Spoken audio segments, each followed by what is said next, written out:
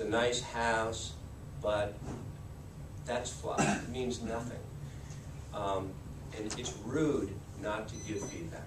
I mean, especially in this market today, it's rude. But if you're so wrapped up in, oh, the top 2 choices that your clients are interested in, and you just want to talk to those listing agents, talk to all of them. Give them as much information as you can. On the brochure I sent out to you, was there an extra one, or am I going to be without one? Does everyone have one? It's okay. I have one. Tim, I have one. We are as good as a team of people we put together to help us. We're as good as the people that we refer to our clients when you're referring a couple of lenders or you're referring a couple of attorneys. When you give a referral, make sure you have had experience with that person. Do not give a referral to look good, because it'll come back to bite you.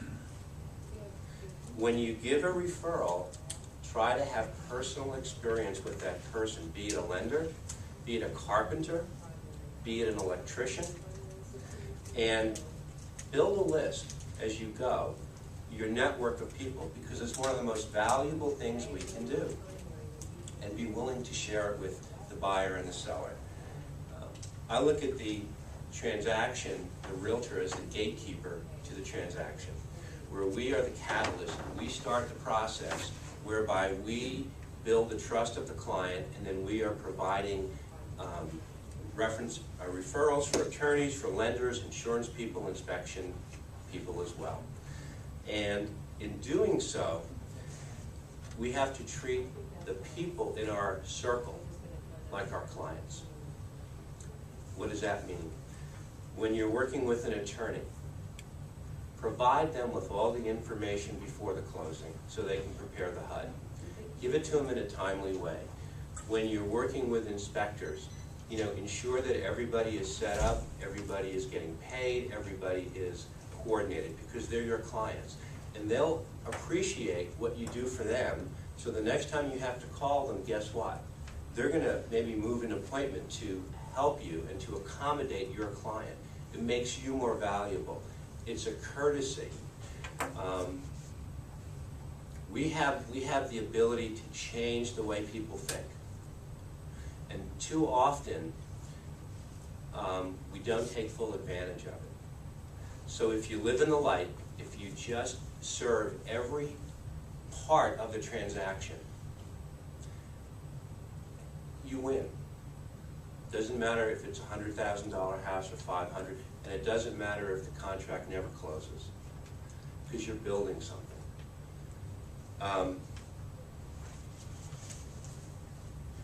Real estate is a reputation business. What you do today may affect your reputation in business for years to come. Once you say something or do something in a transaction, you can't take it back. If you have a situation where you might have been thinking of yourself, you've created an impression, and it's very hard to change that impression with that other person. I always tell people that when you are representing a buyer and it's a co-brug situation, you are auditioning not only for that buyer, but for everyone that buyer knows, for referrals. And you're also auditioning for the seller, because many times we've had situations where we've had a buyer, we've brought them to the table, there's been a closing. A few years later, the seller has contacted us to list their home. Why? Because they like the way we conducted our business, even though we weren't representing them. And that's something that's very gratifying.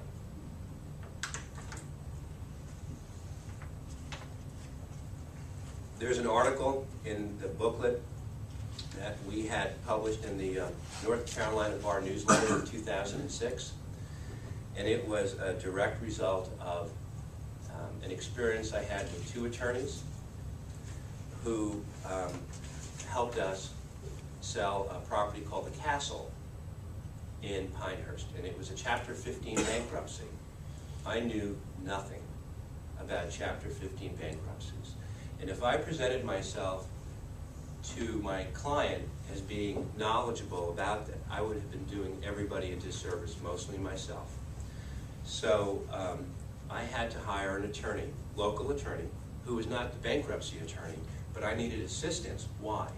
Because I wanted the buyer agents to have somebody to talk to other than me about what a Chapter 15 bankruptcy entails. Bottom line, it's a foreign bankruptcy on a U.S. soil, and the sale of the castle was the very first Chapter 15 bankruptcy in the state of North Carolina.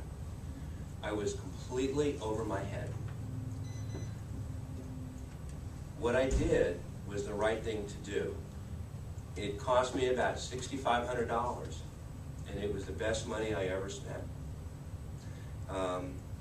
Again, I couldn't look at, well, you know, I was compromising my fee, blah, blah, blah, blah, blah. I was making the transaction a more likely thing to happen. And in August of '06, I think it closed. That article is a tribute to the attorneys and how much I respect them and how much they are important to my client. And again, these are all courtesies. These are common sense courtesies. The lending regulations are changing like crazy, and they're going to change a lot in 2010.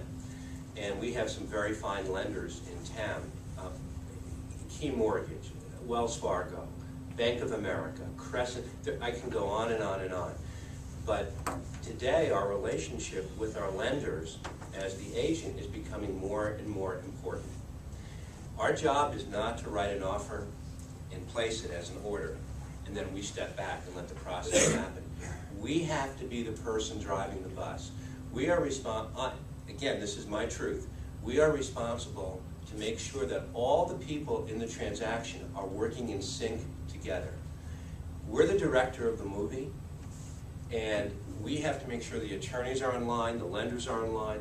We have to call the lender sometimes, even when they're representing someone else's client, to check on what's going on. And if we don't do that 24/7, we're not doing our job.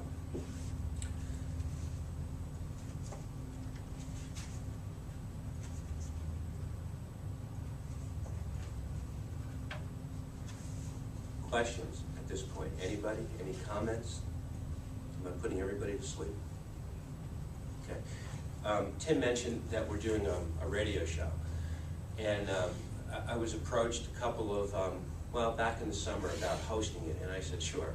You know, it's not anything I would ever think to do. But what it is, as Tim said, it's an opportunity to put the best face out to the public about